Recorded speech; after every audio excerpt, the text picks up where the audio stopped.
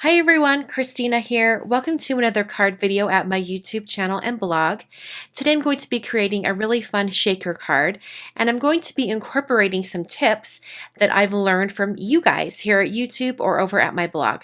I always kind of stash away those tips you share with me in the back of my mind for a future card video, and I'm going to share a couple of those tips with you today. The first tip has to do with this heat-resistant acetate. This is supposed to be an acetate that's good for heat embossing, and I discovered that it just is really staticky and the powder sticks to places where I don't want it.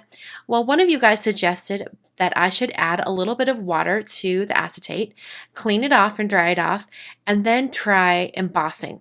So I did it once without, and the powder was just everywhere. It was a big mess. But this time when I cleaned it up, it was a little bit easier to get the embossing powder only in areas where I wanted it. So the stamp I'm using today is from Mama Elephant. It's from the Thank You Wishes stamp set. It's a brand new stamp set from Mama Elephant. And I've stamped it in Versamark ink. And then now I'm sprinkling on some rich pale gold embossing powder from WOW. Now I'm going to kind of tap off the excess and try to shake off as much as I can, but it doesn't get everything off. There's still kind of some little powder bits here and there. So then I took a paper towel, and unfortunately this is sort of off camera, but you get the idea. I took a paper towel and wiped away whatever powder I could around the outside edges of that stamped image. I then took my heat tool and heat set it, and it's just gorgeous. You can see that beautiful gold shimmer and shine, and it's on top of this clear window piece. It's really, really neat. So this is going to be the window area for my shaker card. I'm now going to work on the die cutting around that area. I've got two circle dies. Both are from Simon Says Stamp. This is just the circle frames set.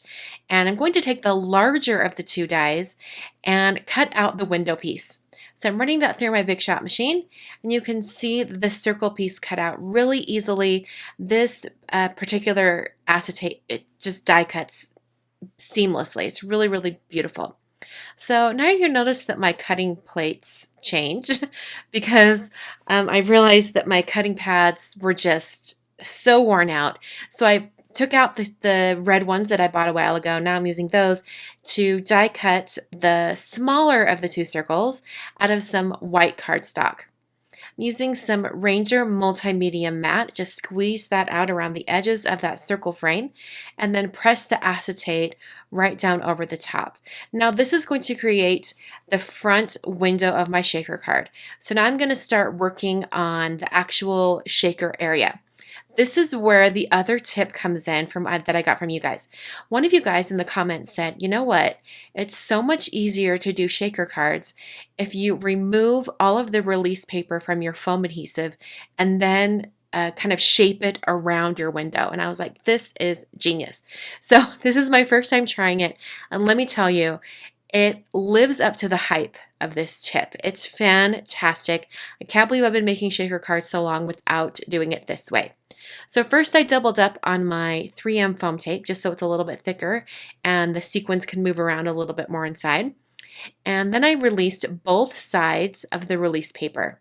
This makes it so that the foam can really stretch and bend all the way around that circle shape.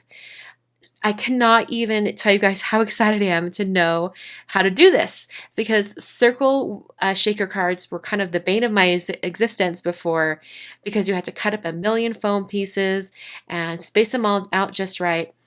This way, there's no break in any of the foam. So if you're going to be adding some really small beads or even like glitter or something like that, none of it will escape the shaker area. This is fantastic. I can't recommend this technique enough to you guys. It's wonderful. So unfortunately, I do not recall who shared this tip with me, but thank you, bless you. Thank you so much for sharing this tip with me. I can't believe I hadn't tried it until now.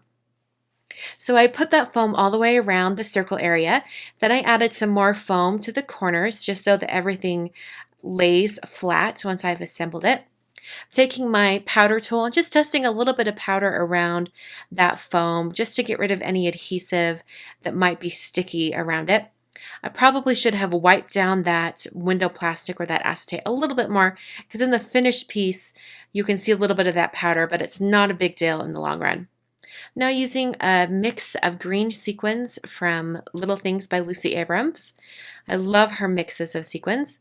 And then I took a square of dark chocolate cardstock from Simon Says Stamp and just pressed that down onto that shaker area, and that completes the shaker mechanism. The only thing I've left to do is to actually put it on the card front.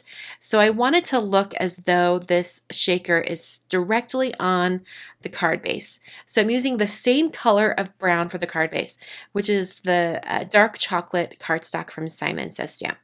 Put some Tombow Extreme adhesive on the back of that, and then adhered that directly down onto the card base. It was looking a little bit plain to me, so I took a ground espresso marker. This is a distress marker from Tim Holtz, and I'm just adding some dashed lines around the outer edge of that circle window. This is going to give it just a little bit more detail and help it to look more finished. So that's the card for today. I hope you guys enjoyed. I will be back with another card video very, very soon. Until then, thank you for watching, and I will see you guys in the next card video.